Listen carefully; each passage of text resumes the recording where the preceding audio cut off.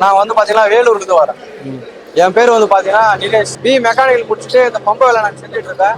17 வருஷமா இதை நாங்க வேலை செய்யறோம். இந்த கலையெல்லாம் கொஞ்சம் கொஞ்சமா அழிஞ்சு வருதுன்னு சொல்லிட்டு நாங்க இந்த கலையை வந்து நாங்க செஞ்சுட்டு வரோம். அதே போல வந்து பாத்தீங்கன்னா கவர்மெண்ட் எக்ஸாம்லாம் நிறைய அப்ளை பண்ணி எழுதிருக்கோம்.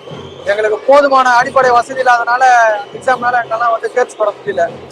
அதனால ஒரு அரசாங்கத்தால எல்லாம் வந்து பெனிஃபிட் கொடுத்தாங்கன்னா கொஞ்சம் நல்லா இருக்கும் நாங்க எதிர்பார்க்கிறோம்.